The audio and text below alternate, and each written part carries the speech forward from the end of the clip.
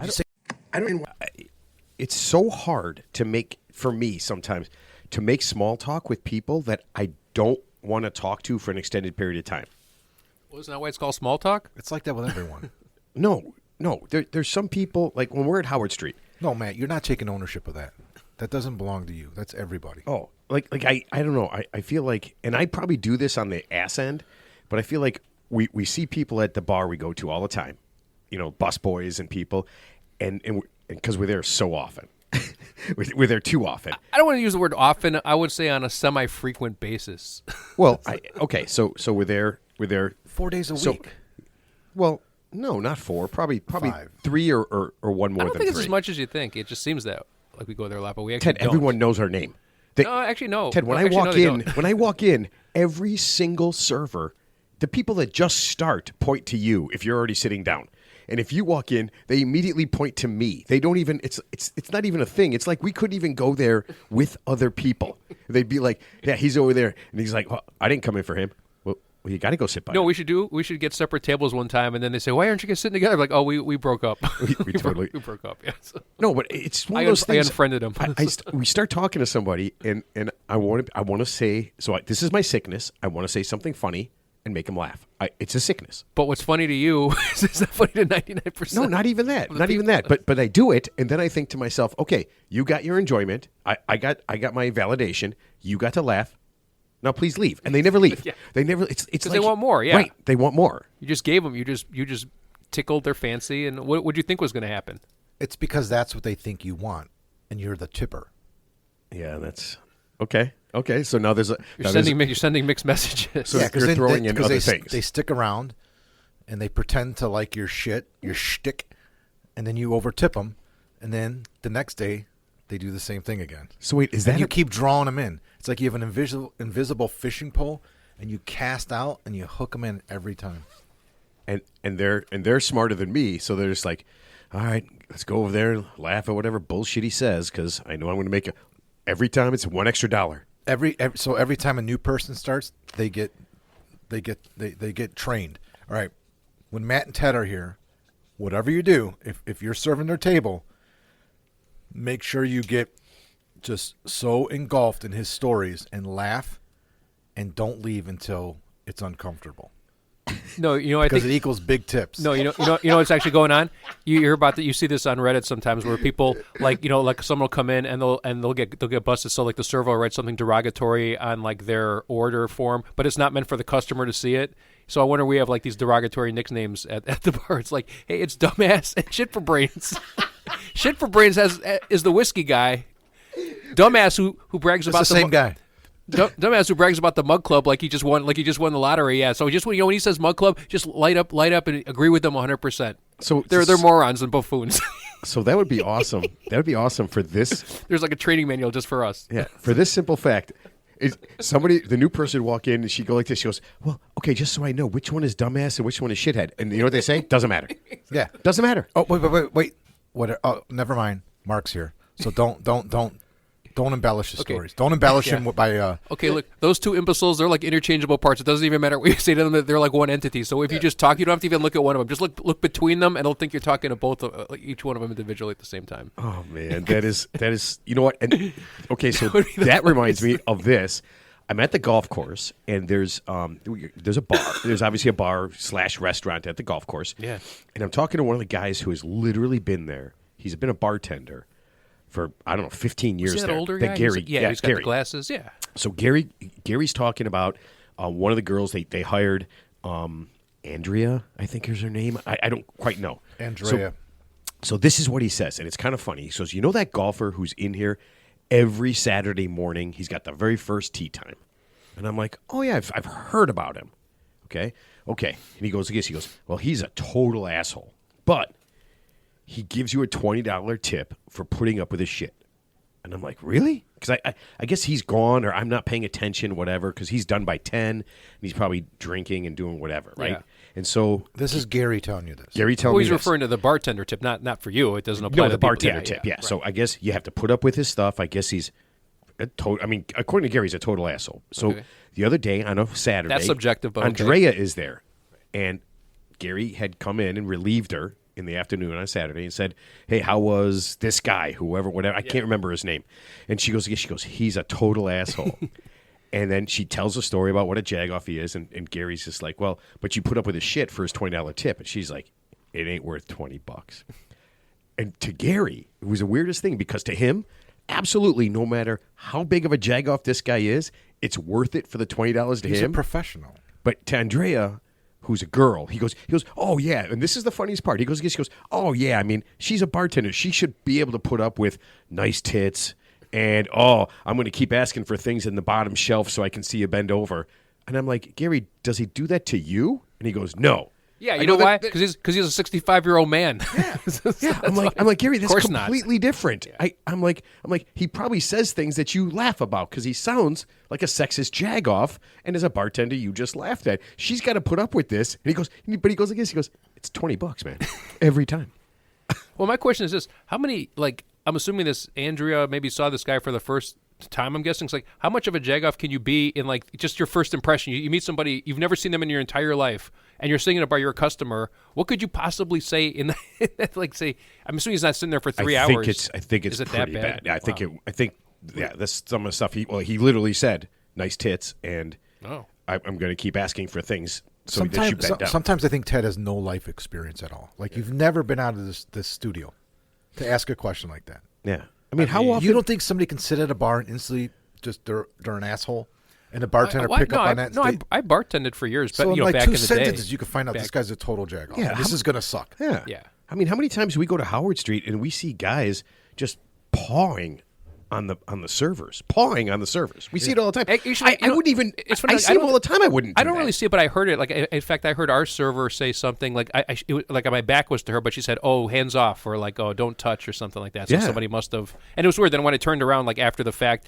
it was like a table with like I a family. stopped. It was like a family. It was like a family. Yeah, I was gonna say. It was like a family there. So it was like two guys and like two women. So it wasn't like a table full of drunken pirates or sailors. You know. I don't think you have to. Yeah. I think some guys just think that they're entitled. Like they're going to go ahead and give a $20 tip, and then they're entitled to grabbing the ass, doing whatever, making the comments, doing all that stuff. And I just think, if that was your wife or your daughter or your niece or something, that would be fucked up. So, Ted, we were talking about pickleball injuries. Remember? Yes, there's a lot of Oh, them. yeah. apparently, Okay. So this weekend I went to Dad's weekend at my oldest son's college, and in the afternoon part of the day, we went to this place called Smash Park. They have axe throwing, bags, like 10 pickleball courts inside and outside, 2 bars, food, darts, everything you want, right? That sounds pretty awesome. Yeah, it was. cool. It's actually a really cool place. It's really cool. And so last year we didn't have any pickleball courts reserved. This year they did. So a bunch of the dads are playing pickleball. This guy from Texas in to visit his son ruptures his Achilles tendon. 15 minutes before we were leaving. Yep.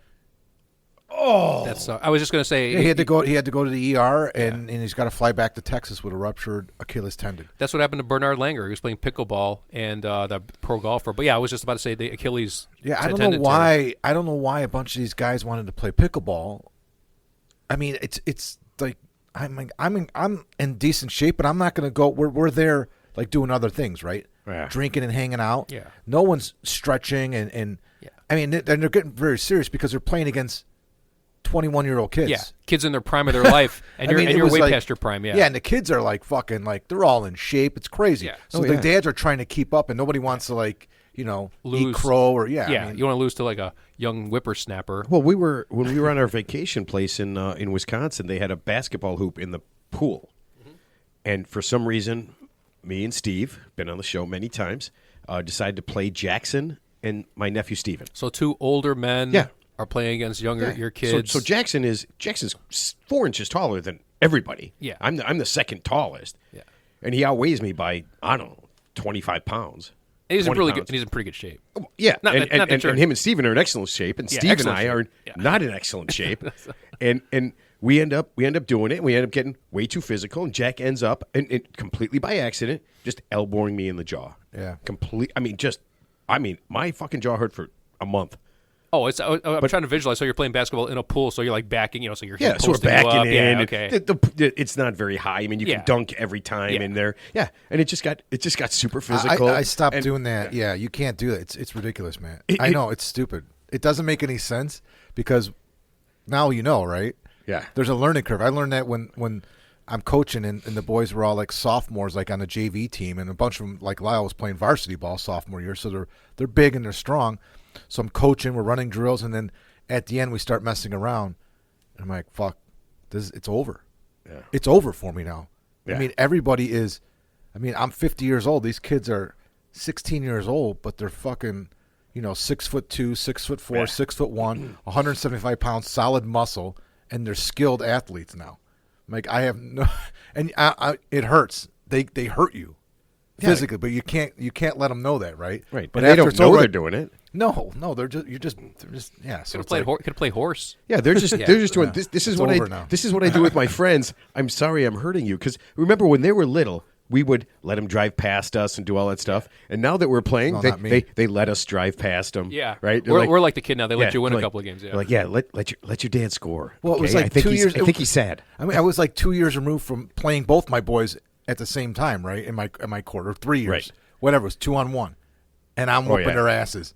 And then now, fast forward 2 Yeah. years, and it's like, holy shit, dude, I'm done.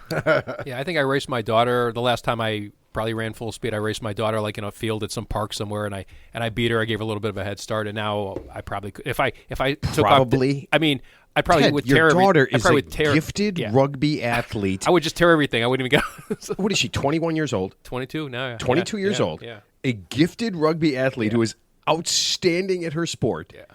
She would, Ted, at any point, She should give me a if head she start, yeah. decided, at any point, if she decided to do anything against you athletically, she would have to give you a head start and then pat you on the head afterwards and make you feel good. I just wouldn't want to get tackled either. So that part too. So. Oh God, could you imagine the pain yeah, involved? I'm just gonna stick to die, just playing die with everybody. Dice, the game Die. You ever guys see that game? No, you said you that? were the master though. I is like that? so. Here, let me set this up. Legend. So Mark is gone with his son, and on Sunday I get a thing. I get a text. We get a text, right? Oh, everything was great. The weekend was great. I got a nickname. I'm legendary playing Die, and I'm just like I did see that. I was like, what the hell is he? Die is a babbling game you about? sit at. It's a long table. Well, I didn't initiate. So wait, it. this is a game where you sit down. You could stand. you're or gonna kick sit. the shit out of You him. could stand or sit. Either play standing die or sitting die. So there's. It was at some point as we get a little older, we just be laying down Die. No, die like dice. Dice. The game. Yeah. Is it just one dice though? Are you throwing two dice and, I'm going and to tell you. playing for money? Well, can I tell you? I All right, started to tell you. but make it fast. It's a 10-foot long. It's like a banquet table, and you got two players on either end. So you're sitting next to your teammate, and you're at the edge of the table, and there's two cups in front of you, and you have to throw the die and try and make it into your opponent's cup, and you get a point. And if you don't make it in the cup, you want to hit it on the table, and if it falls on the floor, you get a point. So you got to catch the die if it bounces on the table within a certain distance of the cup, or you make it in the cup. So your partner is at the other end of the table. No, my partner's right next to me. Like you're both sitting right next to each other at one end of the table. Okay, this seems hard and difficult, but I'm in to try it. It's fun. It's Yeah, addictive. I'm in to try it. I'm in. So I was playing left-handed. I played left-handed last year and we won every game. So I was playing left-handed again this year, and I had, they call them, what the hell do they call them? I forgot what you call it when you make it in the cup, but I had like 5. The greatest drunk in the world. Hole in one. And I'm drinking warm. I'm drinking warm, natural light. Yeah. Wait a minute. Warm natty lights. They didn't. You first of all, number one, they didn't buy you beer. You didn't buy good beer. Oh my God, no! So we went to dinner, and then we went to the senior house for the all the whatever we do, drinking and Right. hanging out, playing die. And Nolan's like, I got a case of beer at the house, or somebody found a case of his beer at the house. They just store beer at these houses, and it's like an honor system. You put your name on it, no one fucking touches it. So Nolan's like, oh, we got to stop. Wait, college is so Yeah. different. Dude, nat- it's great. it's You have natural- no idea. You can leave. You leave anything at these senior houses. If you put your name on it, no one touches it. There's beer everywhere. There's cases of beer, 6-packs of beer, bottles everywhere. So children are better now because literally, you could wipe shit all over I a case know. of beer when I was in college, told them, I and said- we would have wiped that case of beer I off, said and that. we I'm would have like, drank everything. I learned this a few years ago. He's not he's a junior now, but I was like, this is incredible. So when we were walking there, Nolan's like, oh, we got to get some beer. And then someone's like, oh, no, Nolan, you had I saw a case of your beer in the basement. He's like, really? He's like, sweet. All right. He's like, yeah, you had so. What the hell? Yeah, so we get there, and it's natural light, warm. So none of them refrigerate their beers. They just leave them they just pop them open. There's cases all over the place. And then, but you were so cool that you wouldn't drink warm beer. I mean, you're better than that. You're an adult man. Oh man, I was. So you only had 10? Don't they drink warm beer in it's Ireland? it's actually better with a piece of gum. It's like one of those beer. I was chewing gum. I'm like, thank God I'm chewing gum. Well, Normally yeah. it ruins the fucking beer. This made the beer better. Well, it's natural light. Yeah, I I mean, know. I think if you did rub it and shit and piss on it, it would probably. number one, natural light is theft proof because it's natural light. Well, they're all, So that's why it's there. They're all drinking Busch Light, natural light. Now, if it was Red Stripe, that should be gone in like 5 seconds. No, I'm just kidding. It's absolutely. I like incredible. Red Stripe a lot. It's absolutely Actually, incredible. It's really nice. I mean, that sounds amazing. Well, it teaches honesty, responsibility. So it's not really about the beer; it's about a network system. Well, of it's a people fraternity, so cooperating. it's not the frat house. Yeah. But it's like because their frat house is dry, so they don't have parties or anything at the frat house. Oh. So they have these senior houses, satellite houses that the seniors live in, and that's where they have all their parties. And there's 2 of them. They have a frat house for a frat house? What do you mean? It sounds like there's a frat house, but it's not cool, so they have a secondary frat house. No, their frat house is fine. They just don't have parties or anything there. You can't. It's a dry house. But they get around it by having another house. Yeah, it's That not like becomes they're the not- frat house. They don't join the frat because you're not allowed to drink. They just like the partying and stuff is off limits at the frat house. So they have so the seniors move in usually the seniors get a house on campus, which Nolan's doing next year, and then that's where they have their parties. Okay, I mean that. It's pretty cool. There's an irony in there, a weird irony in there that is I'm not following. But okay, I get it. Yeah, why well, not you just go drink around- at the frat house? Well, because you go around campus and see what the other fucking frat houses look like, and you're like, yeah, I wouldn't want that either. But then the senior house has to look like shit. Yeah. But there's only 5 guys There's only 5 guys living there. It doesn't make. Okay. There's 5 guys living there and 60 guys living in the frat house. That's fucking pretty nice. So then all 60 guys go over to like the senior house to drink? Yeah. It's like a system. It's pretty cool. But the upstairs is like the So upstairs. trash somebody else's house and go back to your No, place. but I like see, that. nobody goes upstairs. Upstairs has like 5 or 6 bedrooms where the guys live, and like 4 bathrooms.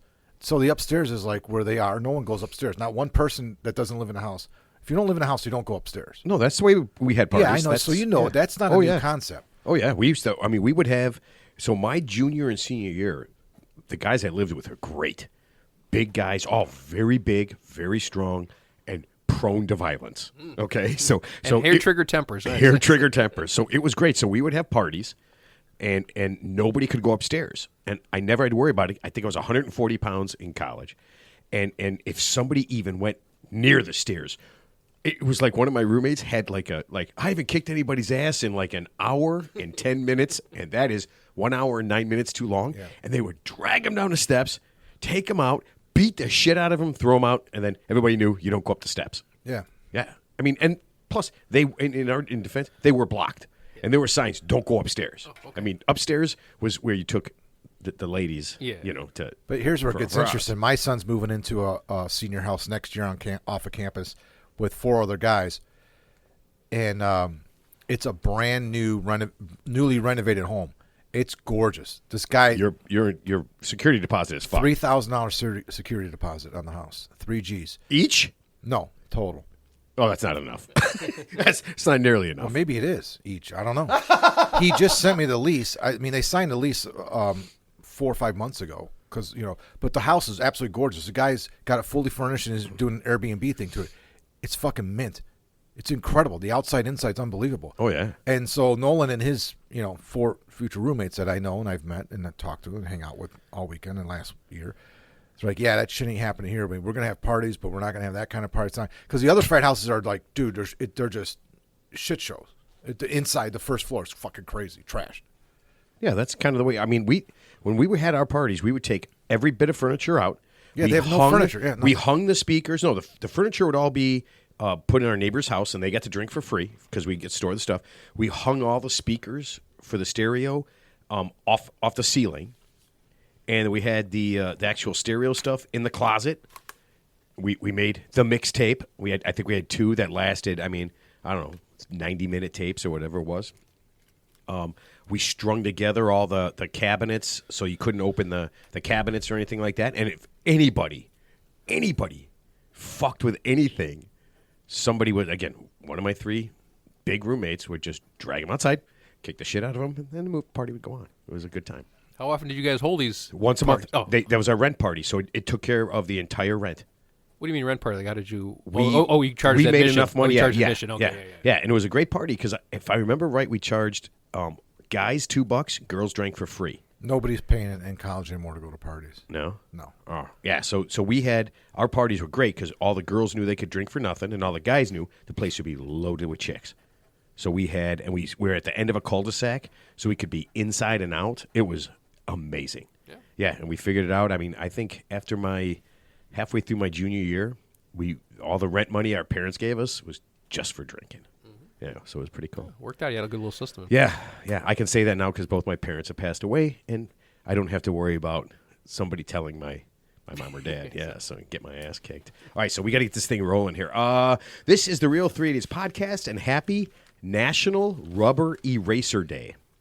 You guys remember how good those tasted? Those pink rubber? Oh, yeah, with the standalone eraser. Yeah. They were delicious. I just used one the other day. Did you really? It's old. It's from, it's old. You know what's funny? I remember having those. Like the early 90s. Yeah, and I don't ever remember buying one or my parents giving me one. Yeah. So somebody must have bought 10 of them every time year we were in school. They were in elementary school. You have those because sometimes, I always made mistakes. So you have a little tiny pink eraser on your pencil, your number 2 lead pencil, but then that standalone eraser that had the 45-degree angle, and you're just doing this. All the shavings are coming off. Oh yeah, and sometimes you do it so hard you rip the paper. You always. Do you remember those shitty yellow ones that would crumble? Yeah. I think those are the ones that I actually had.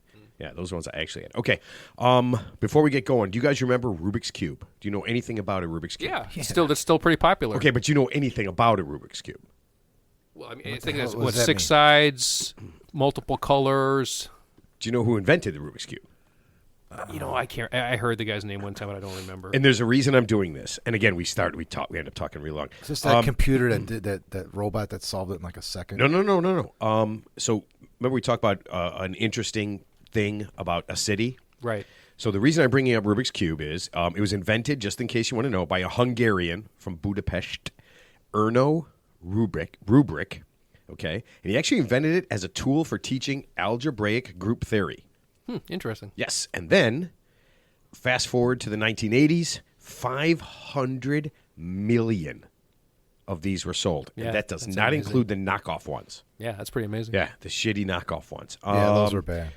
Almost 50 books were published describing how to solve a Rubik's Cube because we didn't have websites. If there was websites, it would be 150 million websites. Okay. Now, you're probably asking why. Because our visit to our city today is Knoxville, Tennessee, where they have the world's largest Rubik's Cube. Working? Well, it's 10 feet tall, and each of the pieces. Oh, you know what? I think it does. It's motorized and it spins around, but I don't know if every part of it spins around or just some of it spins around. They built it for the 1982 World's Fair, which surprisingly enough was in Knoxville, so I'm guessing they're still most doing of the that? world. Yeah, I didn't realize. Not like a county fair. Nope. In 1982, they had a World's Fair in Knoxville, so I'm imagining most of the world didn't go. Yeah, like a World's Fair for just every America. year. I don't know. I think they had it every 4 years. Chicago had the World's Fair back in the 1800s. I know we had two. We had two. Yeah, I think it was like every 4 years, every 8 years. It was something like that. But I don't remember it necessarily being in any place else except America. So, I mean, isn't that called the Olympics? Yeah. No, they do have it. Yeah, the World's Exposition I think happens. Like I think it was in Paris one time. It was in Chicago in the late 1800s, and it was in Chicago again in the early 1900s. We can't do that today. You know why? Tariffs. Sorry. Are we in tariff mode? Asking for a friend, is this tariff mode or is tariff mode off? All right. But yeah, if you want to see the world's largest Rubik's Cube, it is still there. It is 10 feet tall. It is motorized. It is 300 pounds and is in the middle of the Knoxville Convention Center. That's weird, 1982, because that's like about the year it came out.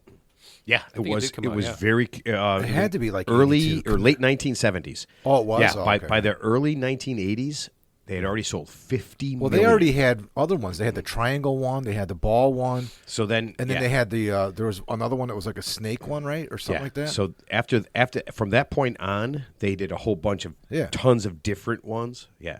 So I don't know. I didn't have what was chance the to second look it one? up. Wasn't it the triangle, the pyramid? Wasn't that the second one, or was it the ball?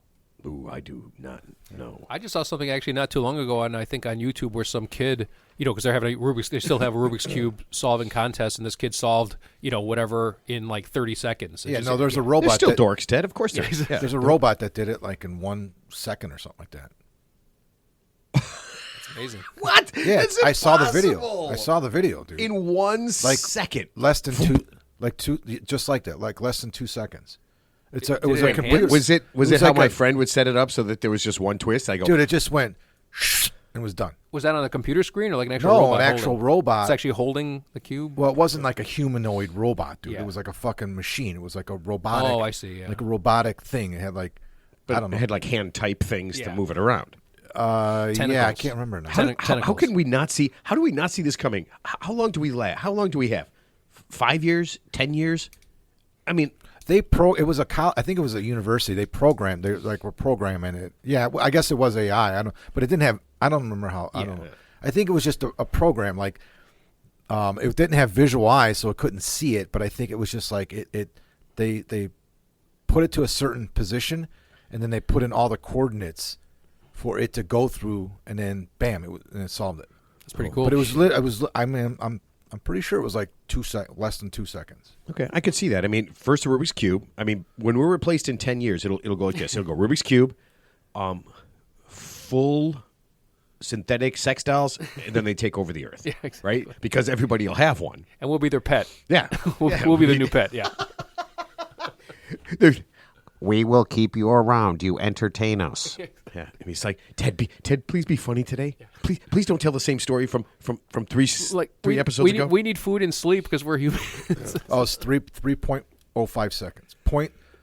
I'm sorry, 0.3 seconds. 0.305 seconds. Fucking robots. A robot has shattered the world speed record for solving a Rubik's Cube, completing the puzzle in just 0.305 seconds. Well, you know what the good news is? Trump will probably have him deported to El Salvador, so we won't have to worry about it. Yeah. It was MIT, so it was MIT solved Rubik's Cube. Yeah. All right, I got to do this. If you enjoyed the episode, if you learned something today, please consider following the show, subscribing to your favorite podcast platform, or leaving a 5-star review. This helps the podcast more than I can say. This allows us to reach more and more people, and that would mean the world to us. Again, not Ted. He doesn't really pay attention. Visit our website at voteforted.com. That's FORE. Or just Google The Real Three Idiots Podcast. All right. Teddy, we got to get to your, man, holy cow. We're about we're like double the distance. I'm sorry. So people are probably freaking. I missed the ad, but I was just reading about this Rubik's Cube thing. It's crazy. All right. All right. I got to get Ted's sponsor. We'll do sponsor first or song first. Up to you. You always get to make the call. Let's do the song Oh, first. do it. There's a show up ahead, and I'm going just as fast as a Ted can lie. Tip away if you're showing. Leave the stinking bit behind. Come on with Tip and Ted. He's drinking Crown around the bend. Ooh, I have a song and a smile for Ted's tips. Better tip while the tipping's good. Slam a drink till the end of the show, Ted. Talk some shit and it's time for bed. Come on with Tip and Ted. He's drinking Crown around the bend. Ooh, yeah. Little CCR. I was going to say CCR. man. Good job. Yeah. You know what Jack and I were talking about? We were looking at, I don't remember what town, and they had, I said, oh, so nothing good ever comes from this town. And a whole shitload of bands, and I don't know where CCR is from, but that was one of the many, many bands that came from A whatever. specific town or a state? I think it was a town. Probably like an area. Yeah, I think Maybe it was a town where they just had all these bands came from. And Jack goes, that seemed like Yeah. seems like a no, that's statistical wherever. Look, you anomaly. can look it up, but wherever they're from. But yeah, he goes, what's CCR? I go, you know what? It's actually pretty good. I don't know, it's like rockabilly or Creedence Clearwater Yeah. Revival? Yeah. Rock and roll. yeah. But I mean, almost had a It's like a bluesy, folksy. yeah, it had a bluesy, folksy kind of thing to it. I It's think not rockabilly. It's no, but Stray Cats. It's like rockabilly, but it's got a different thing. All right, let's get to Teddy's tips or Teddy's sponsor. Ted's Tips is sponsored by the newest and most advanced candy company in the world, Recandy. Did you know that every year over 2 million tons of candy is thrown out or half eaten? The folks at Recandy have created a patented technique to use recycled candy to create something everyone can enjoy. Don't let the runaway price of candy keep your kids from having a special treat. You don't need to spend hundreds of dollars on new candy when you can get the same great taste at a fraction of the price with Recandy. This holiday, when you're celebrating a man being murdered, then brought back to life by his own father with candy from a giant egg-laying bunny, try Recandy candy. You don't have to tell them where you got it. Oh, man, I'm telling you. Innovation. Innovation is the key to life. It's the key to life. All right, Ted, I know I ask you every time, but are you ready for your tip? Yes. Excellent. Ted, I need a bit of help. I'm dating a great guy. Oh, that's nice. I wonder if this Aren't they all? yeah. No, this one seems that's not the problem. The problem is one of his mates is always hitting on me, telling me how much he fancies me. I've told him several times to bugger off, but he's very persistent. I think I need to tell my boyfriend. I think I need to tell my boyfriend so he can get him to stop. What do you think? Beatrice, 39, Birmingham, England. Are you ready? And she adds this. Do you three really knock about all the time? It must be nice having such great mates. No, I don't even know these guys. I'm over here under court supervision because this is part of my probation, Beatrice. So I'm here against my will. Oh, Beatrice, Call the you police. know what the problem is that when I give Ted this tip, when I give Ted these tips and he reads stuff, then he actually tries to do things. He's empowered. Yeah, he is empowered. Yeah. But, it is kind of nice having somebody you knock around with. And you know why I don't like that? Because it definitely sounds like the three of us are having sex. Yeah, it sounds like definitely. Yeah, it sounds like a situationship.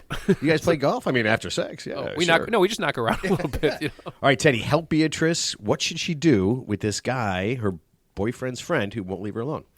Okay, well, obviously you've told the stalker. Apparently, that's what he's become now. That Well, if To- you're hanging out, I mean, there's going to be guys like. so it's the girl's boyfriend's friend. So they're Yeah. all in the same group together. Yeah, so they're out together. Obviously, he must be doing this behind the boyfriend's back because I'm sure if he did it in front of him, then he would know about it. Yeah, So- and he's also verbally telling her how much he fancies her. Yeah, Yes. but obviously this must be like kind of like when the boyfriend's at the bar. He must be doing it still in his vicinity. So yeah, so here's what I would do, Beatrice.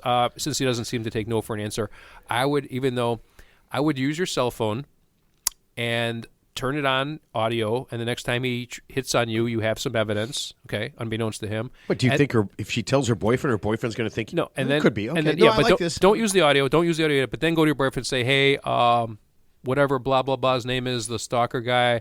Unfortunately, for a period of time, he's been sexually harassing me. I don't, so if you can, or whatever, or he's been coming on to me, whatever however you want to phrase it. And of course, the boyfriend will be naturally jealous because that's his Well, why girlfriend. don't we phrase it like she phrased it? Fancies him? He's hitting on her. Yeah. That's what he. That's Yeah, that's what sexually she said. harassing Not- is not that's sexually Ted, harassing, Ted, you've taken that from hitting on like 4 or 5 to sexually harassing is a 9. He's always hitting on her. That's it. Okay.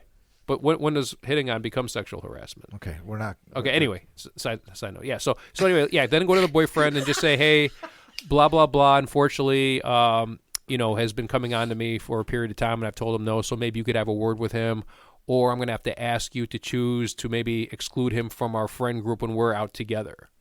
And then if he goes, oh, blah blah blah is a great guy, he would never do that. And that's when you take out your phone and just press the play button and say, well, there he is. I don't think it's a good idea for her to just lay down the law. That's either Ted. tell him this or No, but I mean, Lose him as a friend. No, not lose him as a friend, but just exclude him. He could still be buddies with the guy. Can't stop him from that. But I'm saying they don't have to all be hanging out together because I'm assuming the only time the unwanted guy is there is when they're in a group together. Correct? I don't know. He could be sending her texts and stuff. But I just looked at it. She's 39. Yeah, She's 39. 39. Yeah. Yeah. So these are Adults. yeah. I mean, they're pushing 40, Yeah. Well, in 1 year. and so I'm assuming Ted, Yes. like you had said, right? I think this is happening when they're all present, right? Yeah, well, he must be doing it like right. I mean, like right Yeah. in front of him, like behind his back, and maybe the guy's been drinking after. We don't know the situation. But let's assume. Oh, so that's his excuse? No, let's assume they're hanging out at a pub. Let's assume they're at the local pub. Yeah, yeah. No, I like where drinking this warm, is going. drinking Go. warm Killian or Guinness. But but like I said, that's would be my recommendation because you want to get him to stop. You obviously confronted the guy directly. He obviously won't take no for an answer.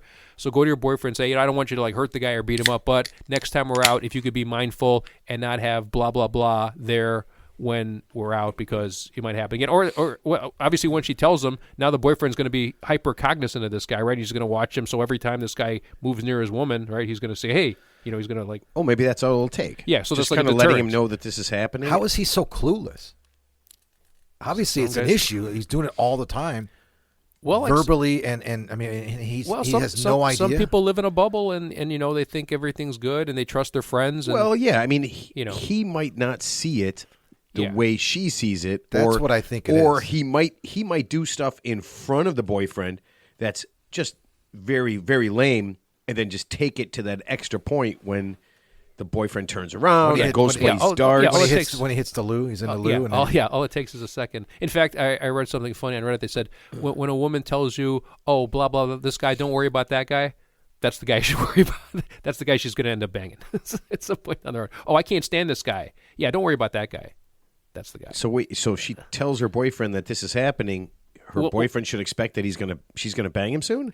No, what I'm saying, Oh. she obviously has no interest in him, but but I'm just saying, that's a side note. But in case she did have interest in him, like if she went to the flip side of that is like say she was interested in this guy's, coming on to her, and then and then she went to the boyfriend and said, "Oh, don't worry about blah blah blah," because I don't even like the guy. So that's I think that you should go to your old go-to thing. poison him. I guess that's a. I like that Ted No. knows that that's his go-to. The other go-to, make a scene. Fake a seizure. No, make a scene. Oh yeah. The next time it happens, Yeah. Oh, like bring throw it to the Oh, forefront. just like Every- throw a drink on it at him. So how dare you speak enough. to me that way? Yeah. Like just like enough. Just let it Well, go. then he's busted because, like, let's That's say she what- raises her exactly. voice and the boyfriend's got his back turned because he's shooting darts. He's obviously going to turn around and then he's going to basically be caught red-handed because obviously Right. he has to She talk needs to to be her fed up. in private. Yeah, that's actually a good one. Cause a little public scene, a little public humiliation, which I'm a fan of. I'm a fan of the Okay, public then it's humiliation. fixed. Yeah, Yeah. and then it's either fixed. That's what it is. Public humiliation. Yeah. Ted. Okay, but we also have that option, right? Where he says, I mean, what if the boyfriend says, you know what, I like him as a friend more than I like you as a girlfriend, and But just they're- goes the other direction. They're British. They're not going to have that talk. They're just going to and, ignore it. and I or- understand that they're British, so she's probably not going to heed that advice by making a scene. I would guess. But that's a good option, though. I would guess probably but not. you know, you need to step out of your comfort zone. Yeah. Well, she's already out of her comfort zone because this guy's hitting on her. But so I said, yeah. But I kind of like your option. That's actually a good one. That seems more direct. Like I said, so if they're all in a big group together and guy's got his back turned, the stalker guy says something, she kind of flips out, and then everyone turns around and just, hey, what's going on here? And It doesn't. That's not a very British thing to do, though. No. That doesn't seem like No, a very but British. more she, proper, She could yeah. say, let's assume his name's Ted. Let's what is that's a coincidence? fine, It's quite the- Ted. Let's find the Let's coincidence. get this over with. Yeah. Let's have sex, and then maybe, right? I won't tell Bob about it. I won't tell Mark about it. Oh my God, that is so wrong. Okay, we got to do some NIL stuff. That NIL. Remember we had Michelle Meyer. Where's on? our nil? Where's our NIL? Yeah. You just talked about sports. You didn't actually compete in any sports. Yeah, if we actually competed, people might pay to watch us hurt ourselves. But we playing could still sports. get paid for our name and likeness, right? We name, could. image, and maybe not our image, but our likeness. Maybe not our likeness, but our name. No, maybe never mind. Yeah. No point. You're talking yourself out of this. All right. Is it name and or image and or likeness, or is it all in one package? I don't know, because some of the people get paid just because their name matches something. yeah. Like remember the kid with the pizza thing. There was like a pizza company. He had the same name. Yeah, the same name. Or like who's the Sam Ryder, the golfer? He did a commercial for Ryder Trucks. Oh yeah, Yeah, yeah. so So it's that's just a just- name thing. yeah. All right. So a couple of things are happening with NIL. There's a the Congress is trying to do something with this, and this is the stupidest thing. And I think I might have mentioned it. They want to take all the NIL money, and I'll do it the easiest way I know how. Let's say Ted is an outstanding football player, and he makes $5 million in NIL. This new thing in Congress they want to have is that money is then your NIL money is divided equally among all college athletes. Isn't that called socialism? Yes. So Or right. Well, no, getting communism when they just take everything. This is the irony we kind of talked about. Like, isn't the Republican Party like less government? Right. Right. I mean, That's less their- government, that's their hands thing. off. That's right. You know, fuck communism, fuck Free socialism, market, free blah, blah, blah, markets, blah, blah, blah. yeah. And here is exactly like you hit the nail on the head. It's exactly what's happening here. I don't get it. Why is our government right now, more than any time in my lifetime, interfering with fucking everything?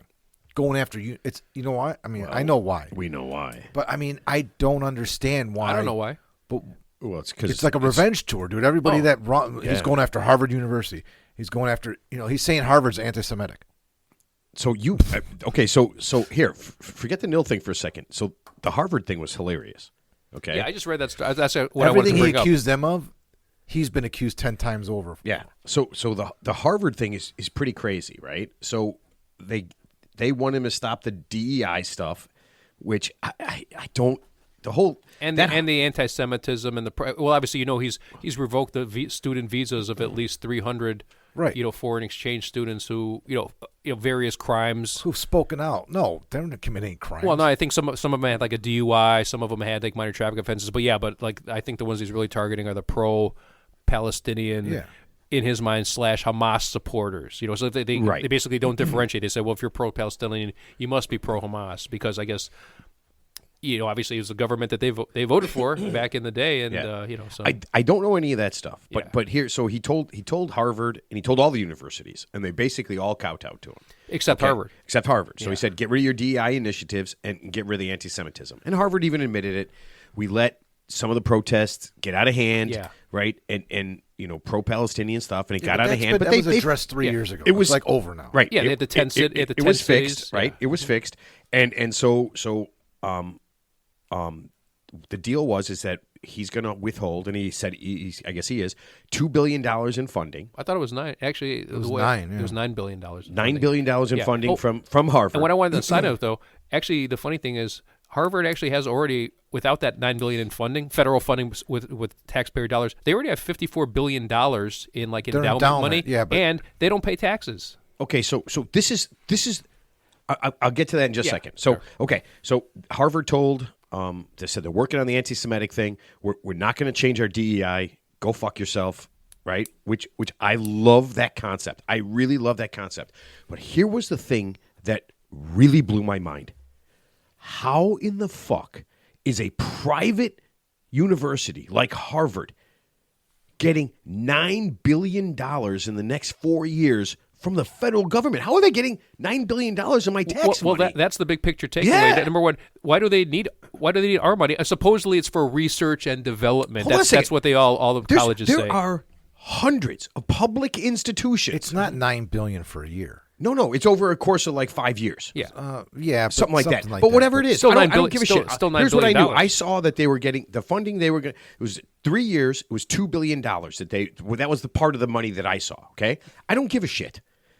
Shouldn't that money go to UCLA and University of Illinois and public institutions that, by the way, they do plenty of fucking research? Yeah, but- why is a private?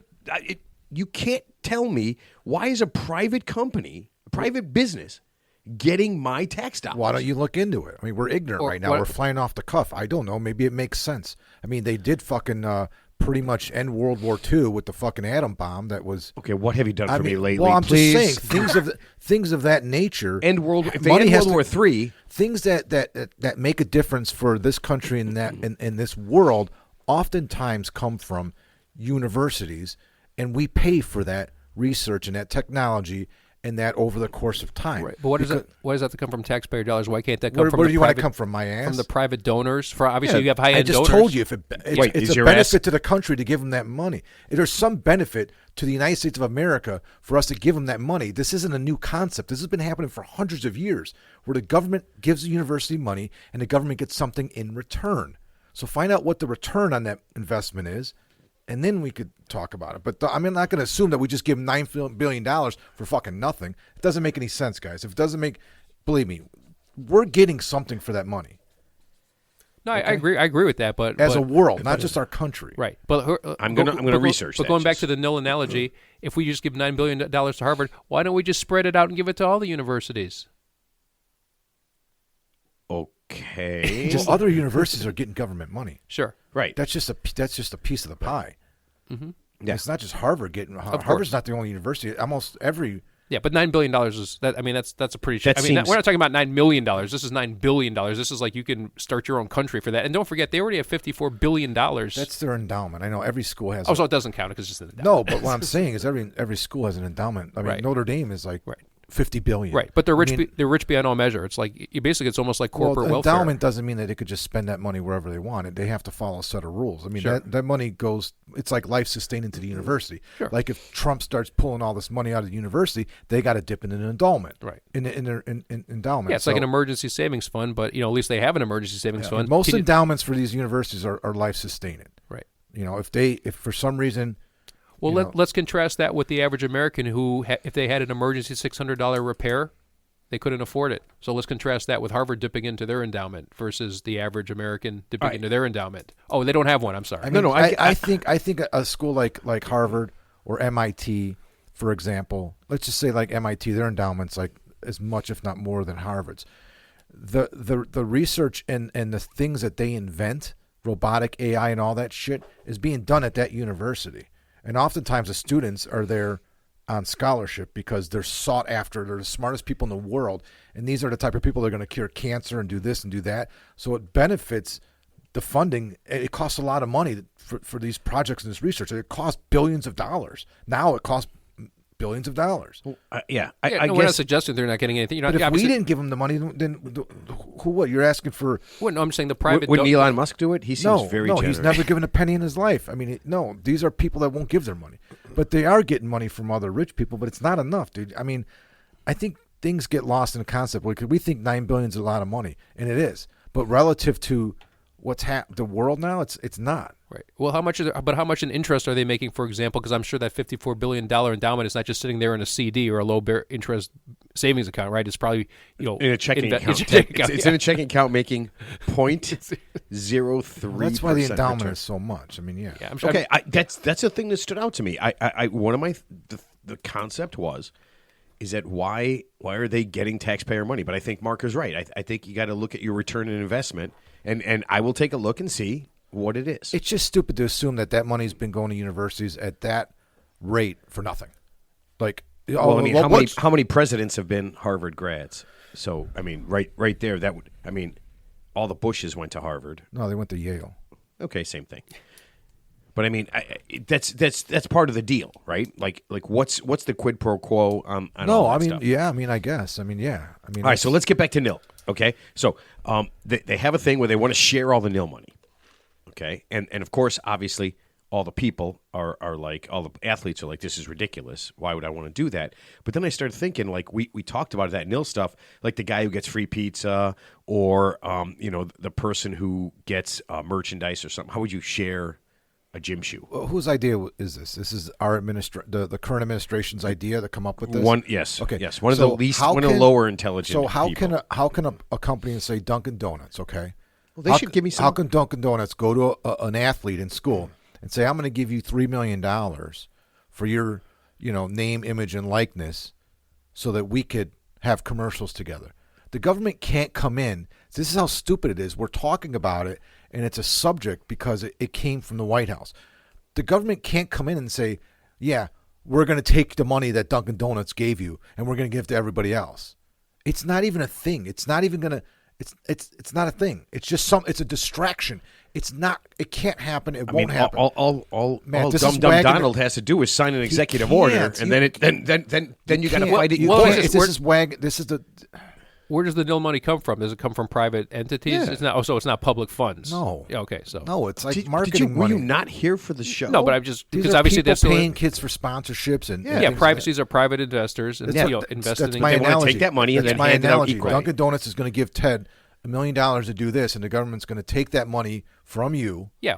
Well, and that's put it somewhere else. Well, that's socialism. This yeah. is wagging the dog. Yeah. It's a distraction so that we're not focused on the things that really matter. That's why all this shit is flying off to the media and whatever sticks, for a week. That's all anyone's going to talk about, but they're not going to talk about this. This is all that's happening. It's called flooding the zone. Perhaps you heard of it. Yeah, Flooding remember, Steve Bannon talked about it. It's all that's happening, and it's continuing to happen. And that concept, the whole NIL thing, is the most ridiculous thing, and it grinds my gears when you So you here's- talk hold about on. it. So you talk about then it, let- us, then let- and when we're in private at the bar, I'm like, why are you even talking about this? So I knew this would make you angry, but I'm going to give you the story of real quick. Nico Iamaleava from Tennessee. Did you guys read about this at all? Yeah, a little bit. Like he left the school under acrimonious conditions. So he was a freshman. I know, He was yeah, pretty yeah. good. I guess his The old quarterback man, for Tennessee. Quarterback for Tennessee football. I guess his old man is in charge of everything. He's At got a the very school? domineering family Yeah. presence. Yeah. So he's like the Ball's father, like Lonzo Ball. yeah. So Well, I not- guess the concept is that he started shopping his son even before. Well, not necessarily shopping his son, but started renegotiating his NIL deal before the football season was even over. So he wanted more money from whatever the amount of money Tennessee gave him to play. And once Tennessee said, this is a max amount of money, this is where we're at, I guess Nico's dad and his agent started shopping him around, which I guess is wrong in some way. I don't know exactly how, but he went to a whole bunch of schools after saying, we're going to stay here. He went to a whole bunch of schools and said, do you want Nico to play for your team? And I guess a lot of this was happening without Nico's involvement. He did not know. That's what he's saying. And I guess based on talks with his father, he's extremely domineering. Okay? So Tennessee gets a call from the Oregon coach, Dan Lanning, and says, hey, man, I don't want to go behind your back, but we're not going to sign Nico, so don't worry. I know he came to us and wanted to play for us and came at us with a certain amount of money, and we're just not interested in him, for, I guess, I don't know, at that amount of money or whatever. Tennessee didn't know about it. yeah, they're finding this out for the first Yeah. time. And the Tennessee AD, former Cowboy coach and punter, or quarterback and punter, Danny White, Oh, I didn't know that. Wow. got a little upset. Okay? And then it went back and forth, and his dad said, no, we're not doing this and all this stuff. And So then Dan Lanning's lying. Right. Dan Lanning not just lying. prank phone because call. a couple other schools came to him and said the same thing. Okay, so he was shopping him around. So he says, okay, we're going to stay. They agreed on a certain amount of money. And then I guess the agent and the dad went out and did more after he stayed through the first transfer portal. And it got so bad and so contentious that at this point, I think last week, Tennessee's AD, Danny White, told him, No, well, You're out. before that, he We're held done. out. He held out. Yeah. He held out like a pro. He refused to participate in spring practice. in spring practice. Well, I think spring practice is one of those things that people aren't going to do anymore no, because I you know, can get hurt. but he came out. They had a press conference. They made an announcement said he's not going to participate in anything until this NIL deal is finalized. Right. And that's when they said, "Get the fuck out of here. Yeah. Go to a different school." Yeah. And so now he doesn't have a school. And now at this point, with the money he's asking for and everything, he doesn't have a place yeah, to play. he probably priced himself. I mean, he's just a freshman, right? Yeah. No matter how good he is. Yeah. He will not be in the NFL. Yeah. Well, this is the unintended Oh, come consequences. on. You can't say that. I thought he was – I mean, look, he wasn't the greatest player in the world, but as a freshman, he was pretty gosh darn good. Yeah. Who's going to want that baggage? I mean, that's the price you have to What's pay. he asking for? Like, what did Tennessee pay him? I didn't really look into any kind of money, but whatever it was, He's going to have to play somewhere to get an NFL, and he's not going to be. Where's he going to go? I mean, somebody will take him. Well, it depends on who, right? I mean, your road to the NFL is heavily loaded on where you play college football. SEC. You know that, right? I don't know. I mean, How many? I mean, what's his name? The kid from I know, but- Buffalo played in Wyoming. I mean, there's you can. That Matt, that's an anomaly. That's very, very. I mean, rare. Jimmy Garoppolo played at my alma mater, Eastern Illinois. So did okay. Tony Romo. Yeah. I mean, I don't think it's necessarily that thing. I think if he kind of separates himself from this stuff, but I mean, his old man. I mean, it's what he's doing. I think is kind of fucked up. It's stupid. It's kind of fucked up. But I mean, he's trying to make the most money. What if this kid plays 2 years in college and he walks away with say $6 million? Yeah. And then he breaks his leg, and he never plays again. Yeah. I mean, he's got $6 million. His life is pretty much set. Yeah, unless he you blows it. can't argue with him trying to make as much money as possible. Yeah, because there's no guarantee he's going to have a pro career. Well, where does it no stop? guarantee. Where does it stop? Should all parents do that with their children, whether they're athletes or not? Like, should I be doing that to my kids? Should I be telling them, don't do this, do this, do this? Are you going to control every fucking decision? You're going to take away an 18, 19, 20, 21-year-old kid's total ability to make a decision for himself? They just wouldn't listen to you. What do you mean? You told your kids that. You know what? It's, No, but it's a fine line. It's I'm a just fine saying, line to just walk. just because he's an extremely talented football player and he has an opportunity to get all this NIL money, does it mean that the dad should tell him what to do? I think in a lot of families, Because it's money, right? So his dad's a piece of shit. All he cares about is the fucking money because that money's going to benefit his father. I mean, is he looking out for the best interests of his son or is he looking out for himself? Is he trying to play this like guy where he's like, this is my fucking meal ticket? My son is my meal ticket is what he's saying. it's a fine line because he might just be advocating as highly as he He's can 18 for his years old. son, It'll but play not out. know. But he might not have the ability to understand what he's doing. Might not be the best for his son. They have an agent, right? They have an agent. Yeah, so they're being manipulated by people that are all going to make money off of this NIL deal. The agent's going to get fucking 25, 30% of the NIL deal. They're going to try and stick it out. I mean, that's all they're doing. It's fucking stupid. Well, the agent was part of the problem because once he got busted for kind of not saying we're here at Tennessee, and then still renegotiating, the agent turned it on the college and said that the college was trying to fuck Nico over, see, this is exactly and the what- whole thing, and just kind of did it, and that was part of where he was holding out, and then Danny White finally said, you know, we don't have we're moving on, Yeah, we don't money- have the money- ability to deal with this anymore. Money does a lot of things to people, and unfortunately, in this case, it's. I think it's a lot of playing people out, are getting it's playing out in the public court of opinion, right? So there is no right or wrong. Yeah, I mean, it's, so say the kid would have came back to Tennessee. They're paying him anyway, right? So let's just say he'd make, let's say he's making $1 million. well, you don't have to say it. We know exactly what they were paying him. I don't know. No, I don't know what they were paying him. Well, it's public I don't know, knowledge. but it's public knowledge. Yeah, It is public knowledge. The NIL was like $1 million or Oh, something okay. like that. And he Yeah. wanted to renegotiate for like $3 million. Yeah. So let's just say, he goes to another school. He gets injured right away because it's like the butterfly effect. Circumstances are different. Let's just say he would have stayed at Tennessee. Maybe he's a Heisman Trophy winner next year or the year after. So he just changed the whole course of his career. Could be for the good or could be for the worse. Tennessee has never had a Heisman Trophy winner at the quarterback position. I thought Peyton Peyton didn't win it. Manning didn't win the Heisman. No, he didn't, right? No, That's he why I was didn't. joking. He didn't win no, the he Heisman, didn't. yeah. He didn't. No, he Who got- won the? I think it was like Reggie Bush or something. Didn't Reggie Bush win it that No, year? it could have No, been. that It was- could be. yeah. It could be. But yeah, so one of the things, it was funny because one of the things he held out for, his old man made Tennessee made him commit and get a couple better linemen. He said, without better linemen, we're not staying. And I guess Tennessee went out and stole. They stole a guy from Notre Dame. They got a guy from Notre Dame. They got a guy from Arizona, and they got a guy from somewhere else. And all these guys are getting no money too, obviously. So nobody on the football Well, team. yeah. I mean, so, you're protecting. Well, you came over to protect Nico Ilamava, who had in the SEC, he had a great year as a freshman. He had a great year. Wait, We're talking sports now. Wait, is there anybody on a college football team who's not getting nil money? Me. Okay.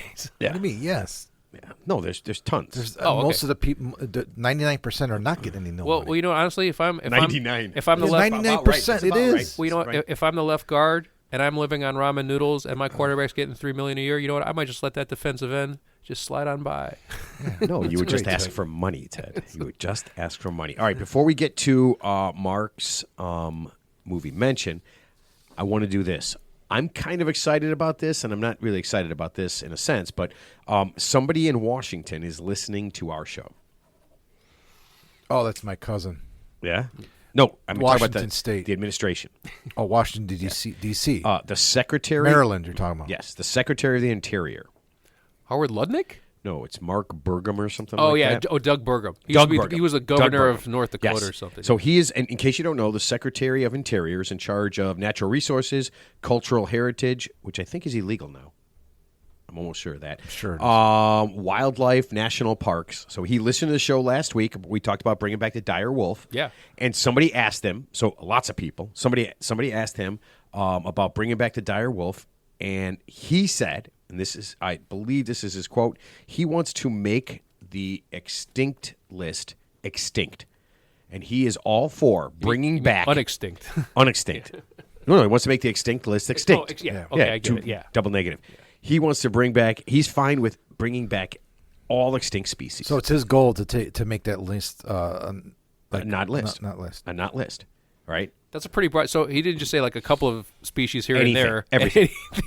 Everything that ever roamed the Diplodocus, pterodactyl, Ted, if you're going to go big, go bigger than big. saber-toothed tiger. So that's the wolf. The So greatest. the dire wolf is the wolf it's on Game of Thrones. Yes. And I was reading after the show last week when we talked about this. I read that what they did is they took the DNA from a dire wolf like skull that they found, like you had said, Right. and they mixed it with a gray wolf right now. So the pups that this gray wolf had supposedly have dominant genes of the dire wolf. So they can consider it, so much so that they consider that to be a dire wolf. But a lot of science is skeptical on it. There's a lot of things. This may not be what it seems to be. Like there's controversy surrounding this. So we're creating new things. Well, it's just basically a gray wolf is what. It's like, what if you just brought a person back to life? So that was... Or a head transplant. I don't know. Just keep... Ted, this is what I'm saying. Fuck just animals. What if we started bringing back people? Okay? So what if we started bringing back George Washington or Babe Ruth or Cleopatra? Well, you understand it's not that. What? Yes, it is. It's a you're dire talking wolf. about an individual rather than a species. So we like could DNA mix. of a species. So we could mix Donald Trump with George Washington. I think the show just not a lot ended. to say. Not a lot to say right there. No, I'm just thinking, why just That would be a limit funny it? looking quarter. Oh, that'd be fucked up. I want to bring back Babe The Ruth. hair would be better, though. I want to bring back Babe Ruth so I could see him hit 210 against modern pitching with one career home run. But wouldn't he train well? If you brought back Babe Ruth and then raised him and trained him like Bryce Do you know how many Harper different and whiskeys Shohei there are now? Ohtani. You know how many different whiskeys there are now?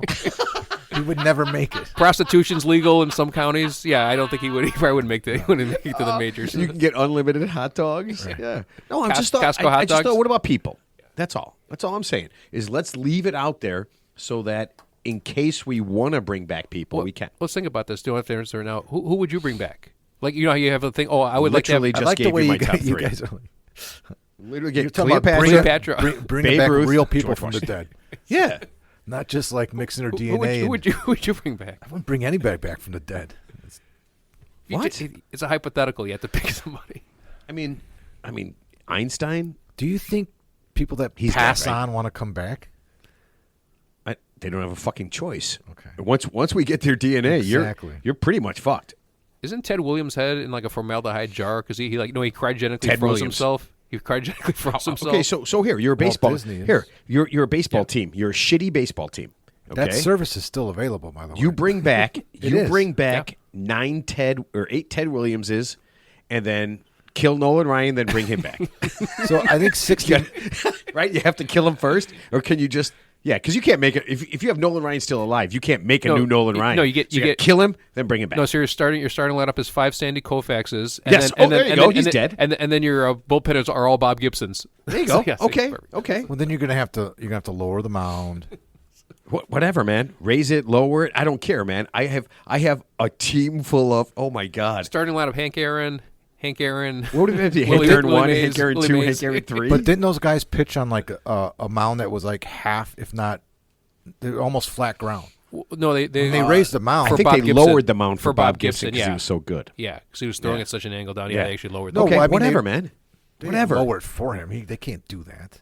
They I think actually did. I think they lowered it because of him and a couple other they changed players the that rule. were so Yeah, they good. changed the rules. you Yeah, know. like the Wayne Gretzky rule.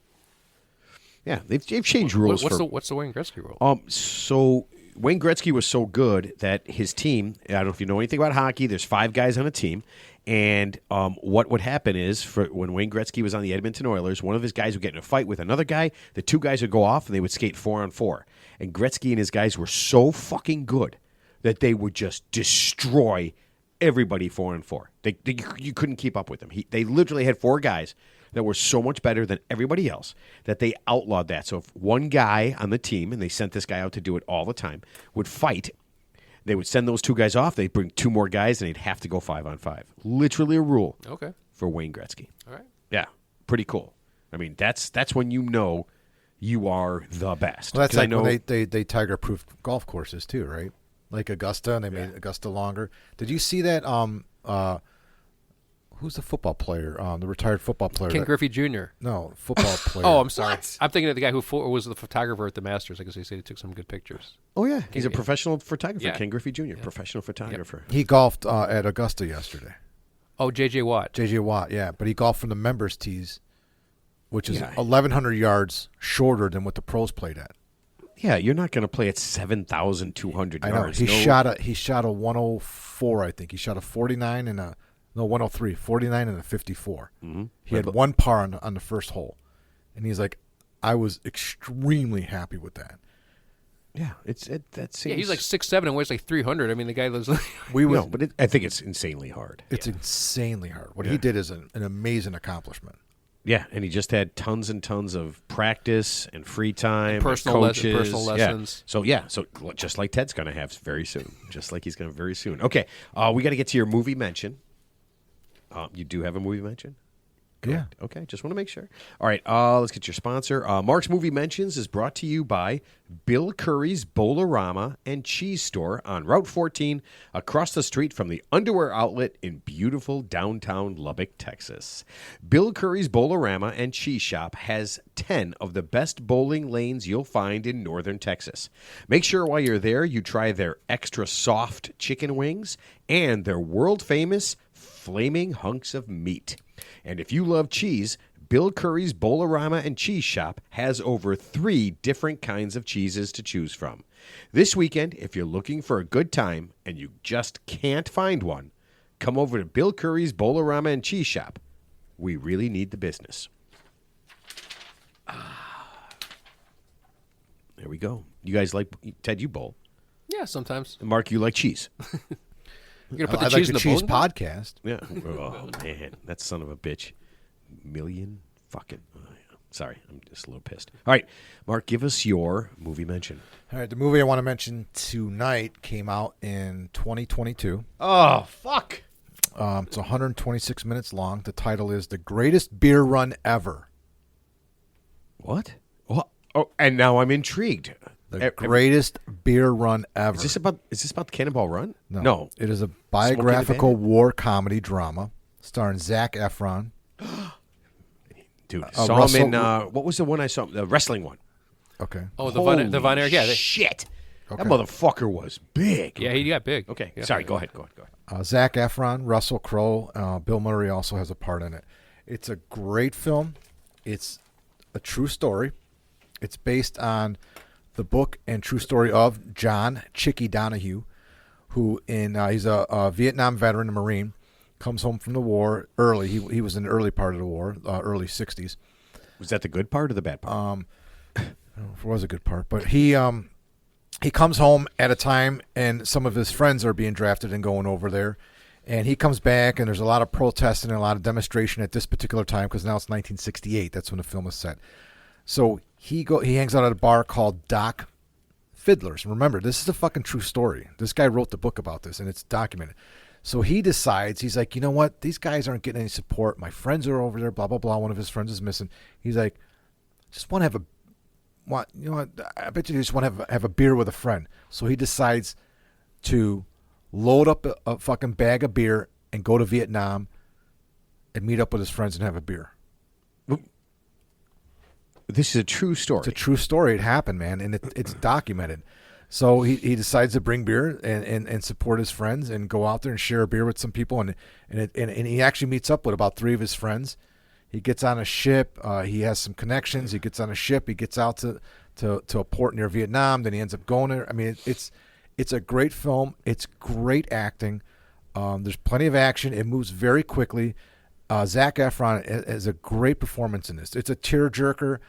It's emotional, but it's also funny.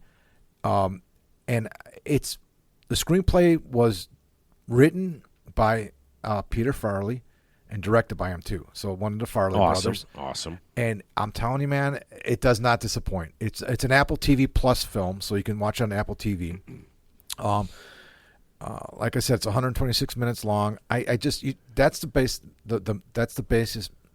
basic theme of the movie. Some other stuff happens. I don't want to give it away, but I mean, he goes there because he's like, you know what? He's frustrated with the demonstrations and all that shit. And he was in Vietnam when it was a little bit different, and now they're there. Now he's back, so now it's full blown 1968.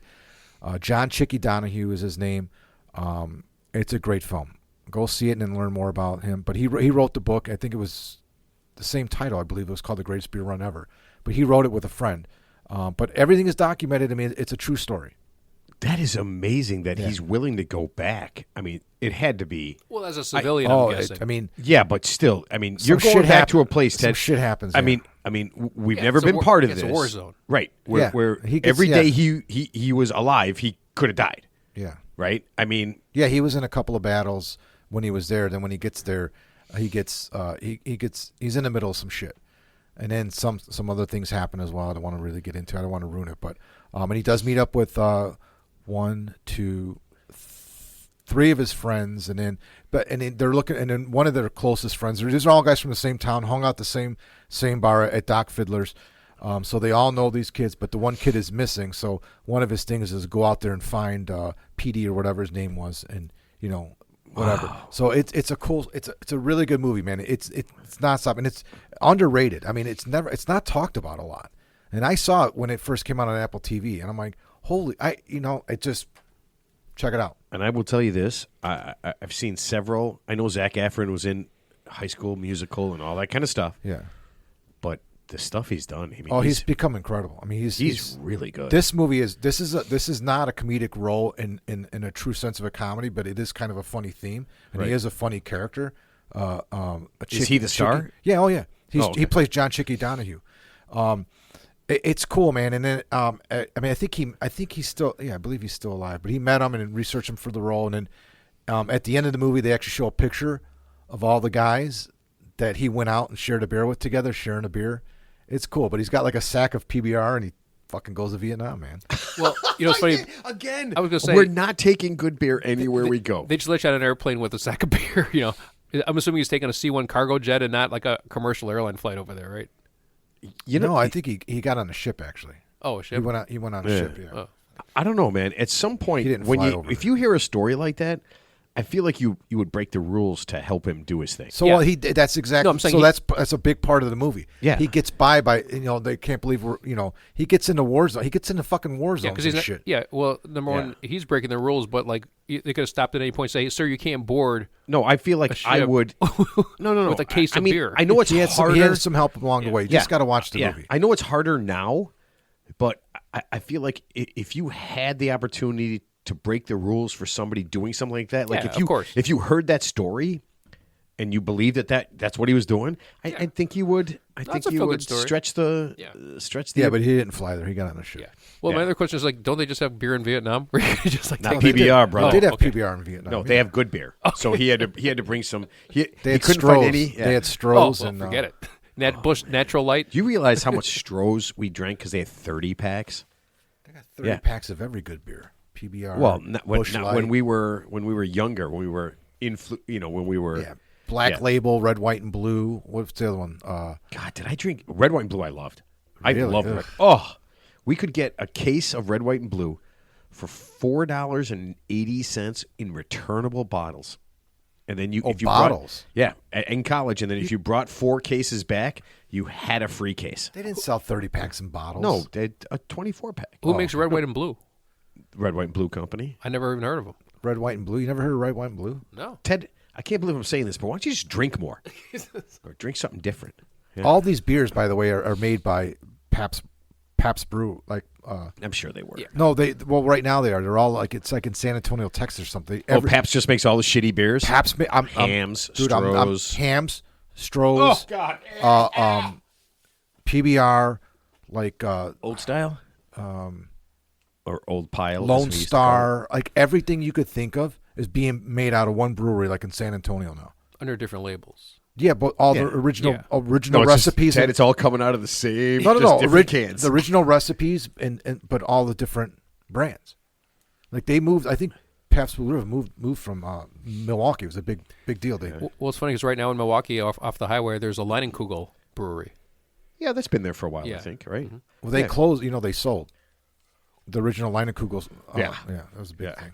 They've all done it. I'm Okay. trying to buy it back though. Oh, yeah? All right. So one last thing. I'm usually pretty hard on politicians, right? But I've got a feel-good story. Sure. Okay? Guys, what? Yeah. I've got a feel-good story. The state of South Carolina has a treasurer, actually an elected treasurer, okay? And he's being railroaded. By whom? Well, let me tell you the story. I'm just setting it up so you know that this is what's happening is not cool. So he's been treasurer there since 2013, okay? And the state finally got a look at the books and got some of the truth that's going on, and it seems Circumstantially, yep. Well, no, this is proven. Okay, it seems that the state is missing. And this is weird because it's how do you do this? I mean, it's a fluke. $1.8 billion. So the state of South Carolina That's almost as much as Harvard's going to be missing soon. is missing $1.8 billion. Just look next door. Okay, in North Carolina, where they got a good team, and here's the problem: the treasurer guy, Curtis Loftus, they're holding a hearing next month to have him fired. Yeah. Well, I'm assuming Mr. Loftus lives in a 20-bedroom mansion in a gated community. This I don't know. This I don't know, but Curtis is fighting this, and this is where we know this is kind of like a bullshit thing. And I don't want to use I'm going to use other words later, but this is a bullshit thing. Okay, so this came out in 2023. Okay, that they found this out, and Curtis says there's a valid reason why they're missing $1.8 million. $1.8 billion. A hurricane. Nope. It was missing before he got there. It's brilliant. It was missing before he got there, and It wasn't here when I showed up. it wasn't here when he showed up. That money was not there. It was already missing, and That's a good one. unfortunately, That's a good one. Unfortunately, and he's taken the blame. He's taken the hit for this. He probably should have told somebody before 2023 that money was missing. I'm going to tell you this. That's his. What he's taking. the He's taking money- the hit. But how would you know it's missing? It It was has already to gone be. when he got there. It has to be missing. It's missing. It's missing. It's not there. They are $1.8 billion short, and Curtis is saying to you right now, to everyone, Where not does just- that money go normally? We don't know. well, That's a Well, it's guess. not going anywhere. It's somewhere. It's somewhere. But he's taken the hit. What he's saying is, when he got here, he knew that money was missing in 2013. Mistakenly, Okay. he spent 10 years not telling anyone that it wasn't here. So when they finally found out, he feels stupid. He feels stupid that he didn't tell everybody. I mean, that's a good one. I got to admit that's a good one. Yeah. Because I mean, what else is he going to say? I thought he was going to say, "Oh, I just entered it as like the wrong line item." He's or taking something. responsibility for not telling people Yeah. that money was But he missing. didn't. He didn't take the money though. Oh, Ted, at no point, listen. He doesn't listen, have the We're money. not talking about that. I'm talking about a guy's being railroaded. Yeah. I'm talking about a guy who is admitting a mistake that he made, that he didn't tell people that they're short $1.8 million 10 years ago. $1 billion. It is, like Ted said, it's impossible to say that because you have to say million, but you can't believe that it's billion. And that was back in 2013. Back in 2013. One mistake the guy made. In his so he's been treasurer for 12 years. He made one fucking mistake. He just didn't mention that when he got there, they were short $1.8 billion. Now, in his defense, I was going to say if you go back to if you followed him back to his house and he lived in like a 2-bedroom apartment, paying like $1,100 a month of rent, Wait, you think he took it? and he was driving. You think he took the money? He was driving an older model car. Wait, Is he coming to is work? the at- alternative is the alternative to it was gone when I got here, him not taking the money? because yes, I believe that he was part Once of. again, I have no context. I have no idea, like, But here's what's truth or fiction or any of the details. So do you honestly believe that he showed up and it was $1.8 billion short and he just forgot to tell everybody? Well, where? How do you? I mean, I guess. How does somebody steal money? It's not cash. It's not gold, right? No, it's in some sort of fund. Yeah, it was. So The concept is that money was in places and now it's not in places anymore. Well, my question is this. It seems like it's all gone at the same time. Like it wasn't like 100,000 here, 50,000 there. It's just there's 1.8 and then it's gone. That's what we don't that's know. the story he's telling. Okay, that's the story he's telling. What actually happened might not be 100% accurate. you know what happened? It might have slowly. So do you have is there an end to this? Okay, so in 2023, they found this out and they had they questioned him under oath. Oh, then it counts. Why don't you say so? They questioned him under oath, and they asked him some stuff about what happened. And I guess during that time, without answering any actual questions, during that little bit of time, and I wish I was looking for the video and I couldn't find it because I literally just found this the other day. He was smashing papers. He threw things all over the place. He threatened to leave. At the hearing? Yes, and accused the senators of having a witch hunt Yep. against him. But at no point did he answer any questions other than to say that the money was gone when he got here, and it was his oversight that he didn't mention it. I think until, I think that's called gaslighting. But here's actually my defense would be this. I would be like, sir or gentlemen of the committee, if I stole 1.8 billion dollars, do you think I'd stay in the treasurer's job for the next 13 years and wouldn't go to some non-extradition country and live the life of luxury? Well, of course he would stay. You don't steal it all at once, Ted. is You slowly 2 years steal. ago. How did it play out?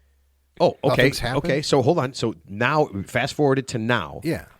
And here's the deal. They're going to hold a hearing for him to be fired, okay? But here's the problem. Number one, his lawyer is saying this, okay? And this was I thought this was very unique that his lawyer was saying this. He was elected with 80% of the vote for treasurer. How could they let somebody like that go? And I believe one of the senators questioned and said, would he have received 80% of the vote if the voters knew that almost $2 billion was missing during the time that he was treasurer? Unanswered. For his reelection. For his reelection. For his latest reelection. He's because remember, elected three times. He's been elected 3 times. Yeah. He's been elected 3 times, okay? Now, here's the best part about this whole thing. Him and his lawyer have found this, and it looks like it might happen, that he actually has to be impeached. It looks like he actually has to be impeached. They can't just hold a hearing and fire him, and he has to be impeached, and he's holding out for this. And so he's going to, if all this plays out, keep his job for at least another 6 months while they have to go through this whole process of getting rid of him. I find it hard to believe that it's within, I don't know, maybe a day, 2 days, or 3 days, there's no paper trail. They can't figure this out. It's been fucking 3 years that this has been ongoing. Yeah. So they found out in 2023, so two plus years. There's nothing. They have no way of taking this over and saying, wait a minute, you're no longer. They can't do some forensic accounting? Well, they did. That's how they found out.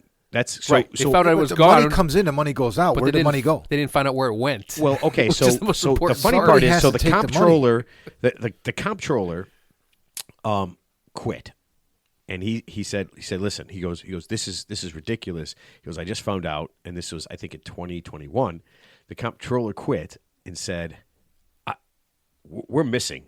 That's why I'm saying hundreds of millions of dollars. That's why I'm saying that that he's probably right. The money was fucking never there. If it's been, because now it's 10 years between when it was there and when they discovered it wasn't there. So over the course of 10 years, the money didn't disappear in like 1 year. Right. Here's my question: why didn't they just No, I see? think it disappeared over 10 years. I like who was the treasurer 10 years ago, and is Him. before his tenure, and is that person own a 20-room mansion in the Hamptons? I believe Mark Zuckerberg. Okay. Yeah, or the guy who owns Google. Yeah, I listen. I don't know. Well, I don't know. Apparently, they don't either. Yeah. So, all I know is the funniest part was when the guy screamed it was a witch hunt, and I thought this: when they had a witch hunt, didn't they take the witch and like dunk her in the water, and if she drowned, they knew she wasn't a witch? I can elaborate on that. Couldn't yeah, they just do that? So when there was a suspected witch, they don't know if it's a witch, but usually if your neighbor accuses you of being a witch, that's good enough. Probable cause. Good enough for me. Yeah. So first, I think under extreme torture, they make you recite the Lord's Prayer backwards, and then they throw you in the water. And then if you miraculously can somehow float, you're not a witch. No, I thought if you floated, you were a witch. I can't remember. Well, if you No, drowned, I thought they dunked you underwater, No, and they if you just could left you- live, if you could live underwater for like 10 minutes, you're obviously a witch. Like amphibian. Yeah, well, you could turn yourself into a fish and then come up. But if you died under that water, clearly you're not a witch. You know they never burn witches at the stake, right? They never did that. No, they burned them as a chicken. They never I burned. believe. They, What about wasn't Joan of it- Arc? That she's not a witch. No, but they burned her at the stake. what kind, Just so no one was burned at the stake. I mean, that was a real no, thing. he said no witches no, like were burned at the Salem's, stake. Salem's, People were all that shit. burned at the stake. They never. That's all. No, it's all bullshit. What There's- did they do to them? Just hung them. What do you mean do to them? They didn't do anything to them. There was no. It's There was nothing. no so there were no witches. There were no suspected witches in Salem, Massachusetts, back in the 1600s. Yeah, but they didn't kill them. They didn't burn them. Oh, okay. Well, Yeah, that's I all. guess They just it's all- Ted. They're okay. They didn't burn them. Well, they didn't burn anybody. They weren't burning women at the stake like Right. all the stories. But were they like? Well, isn't the Executing story them? more exciting No, when they you were burn them? not. They were not. Yeah, Okay. I think the story's way more exciting if you burn them at the stake. Yeah, in fact, I'd like all the stories to end with people burning at the stake. That sounds perfect. Burn Ted at the stake. That's a good. Actually, that's Okay, good, that's I'm a good, down. That's a good form of execution. You can be burned at the stake. That's kind of cool. Bring back all the medieval. They're doing ways that to in kill- Game of Thrones. Everybody fucking gets burned. You get to be drawn and quartered. Drawn and quartered. You are so, and you're still watching, right? Can't I hate stop. that show, dude. It's And he- horrible. And yet he watches it. That stupid fucking dragon story. The whole But he time. knows, It's he knows horrible. everything about it.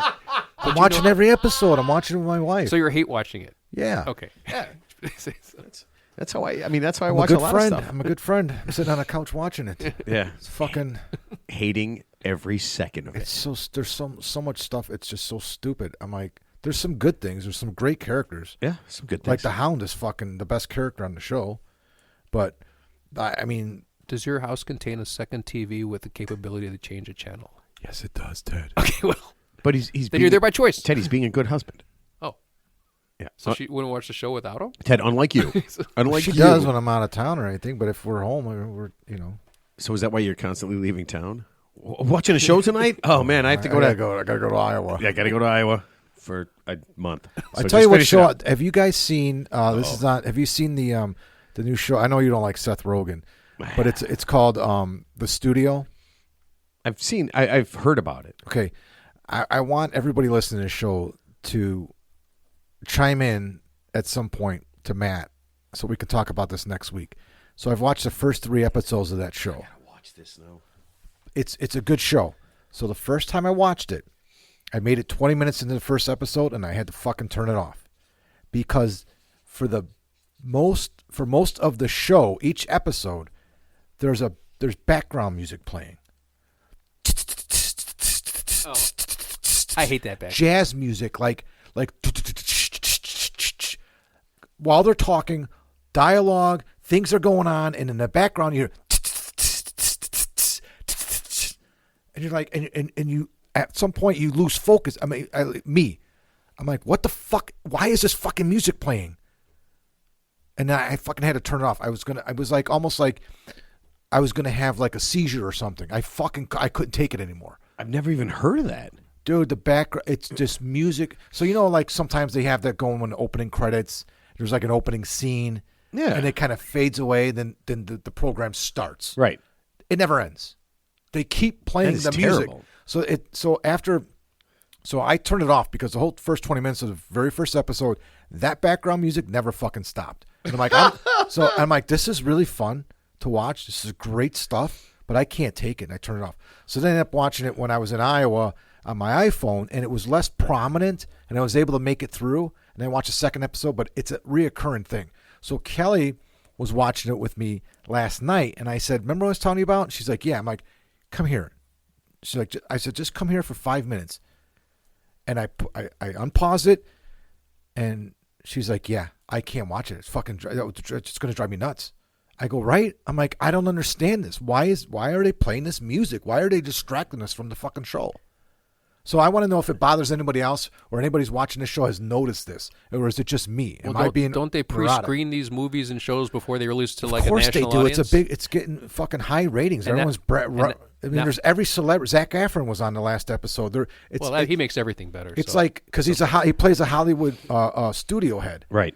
Yeah. No, And I've they're seen the using concept real of it. actors and things, and running through this stuff, which is ironic because Zach Efron and him were in a movie together in real life. Oh, yeah. and here they are. Seth Neighbors Rogen's or something like that, yeah. Seth Rogen's playing like an executive, but Zach Efron's playing himself.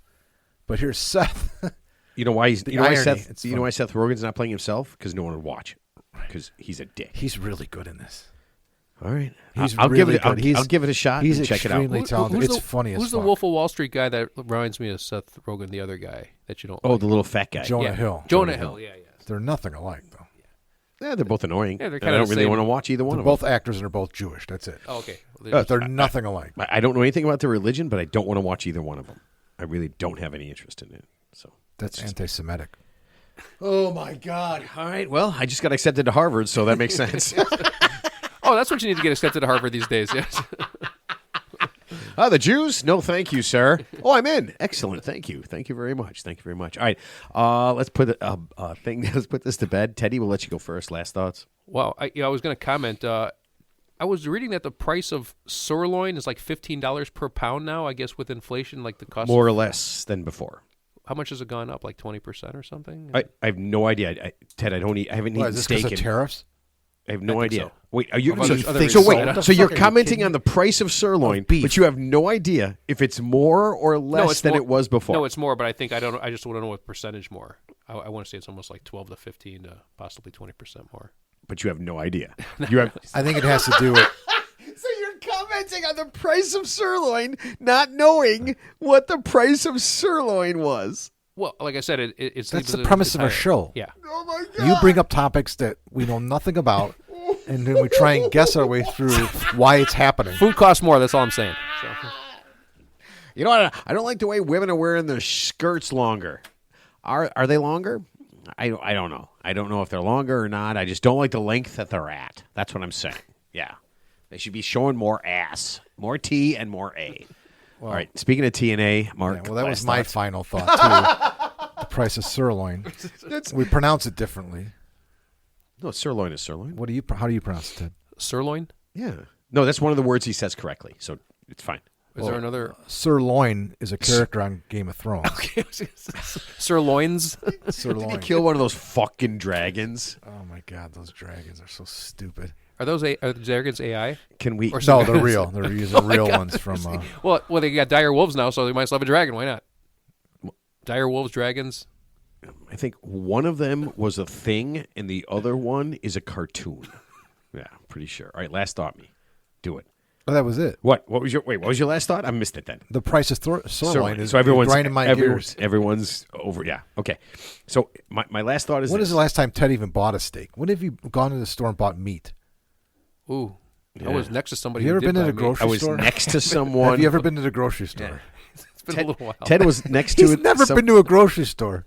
Name a grocery store. Oh, Shop and Save. They got a nice hot bar there. Okay, yeah. Yeah. They do. Yeah. But I didn't wander near the my butcher. favorite Ted store. doesn't I didn't go, wander near the butcher's Mark, section, though. Ted doesn't go to a grocery store because he doesn't cook. He went to the grocery store, but he didn't make it past the area where they cook their own food, the kitchen. But he's not going to. Yeah. the grocery store's kitchen at the Yeah. end. He's not going to buy food that he has to cook.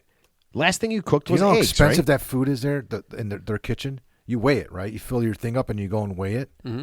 It's fucking insane. Yeah. By weight. Yeah. I like to do mine by smell. Yeah, I pay by smell. They might do the weight. I pay by smell. That's my thing. All right. So here's what I want to do. My last thought is this. I need everyone in the Trump organization to stop talking. No more conferences, press conferences, no more interviews, no more social media posts, okay? After J.D. Vance called all the people in China peasants. I think you said Chinese peasants. Chinese peasants. Yes. Right, yeah. Hesketh came out in an interview and said that China could destroy all of our aircraft carriers in 20 minutes with their super missiles. Listen to me. Even if that's true, okay, don't say it. It doesn't make me feel good about America. Don't say things like that. Well, maybe Some maybe he was things. flattering them. Maybe he meant 35 minutes. Buy them some extra time. Don't say things like that anymore. It makes people in America skittish. When people are skittish, we know what happens. The stock market goes down. Just don't talk anymore. If someone asks you a question, just wave and walk away. It makes everything easier. And then this way, we don't offend the one place that could annihilate us from the earth and still probably live afterwards. Don't give them a reason to do anything to us. They can crash our economy by cashing in their U.S. Treasury bonds. Yeah. Do you know they have like $500 trillion in That's what I U.S. heard. Treasury bonds, and they're threatening to start selling them? Well, you know what I would do? I just wouldn't pay it, like Donald Trump. Just don't pay your vendor. It doesn't work that way. I just don't say. No, wait a minute. That's the perfect. That is the perfect thing to do. No, I'm gonna say what? Mr. Trump, we just built your casino. What bond? Nope. No, thank you. That's you know what? That's probably why they're not doing it, because really, It's unenforceable. We don't have the money. Yeah. Right. I mean, are we gonna like pawn off New York to give it to a pawn shop or something? I don't think so. And are they gonna physically come over here and collect from us? They're gonna like turn over high end officials and shake the change out of their pockets? Excellent. I'm all for that. Remember the pizza commercial? He was Yeah. shaking the change out of his pocket. All right. Yeah. Wow, that's an interesting concept, Ted. Just don't pay it. Just yeah. Okay, guys, go ahead. All right, everybody line up and all right. No. Thank you very much. We'll see you Or later. 10 cents on the dollar. Oh my God. All right, that works perfectly. All right. Listen, we love doing this. Go ahead and hit us up with, please give us some good reviews. We got tons of listeners. And lots of followers on our social media, but we could really use some high quality reviews. Okay. In fact, you know what? Give us a 1-star review, but make it really exciting.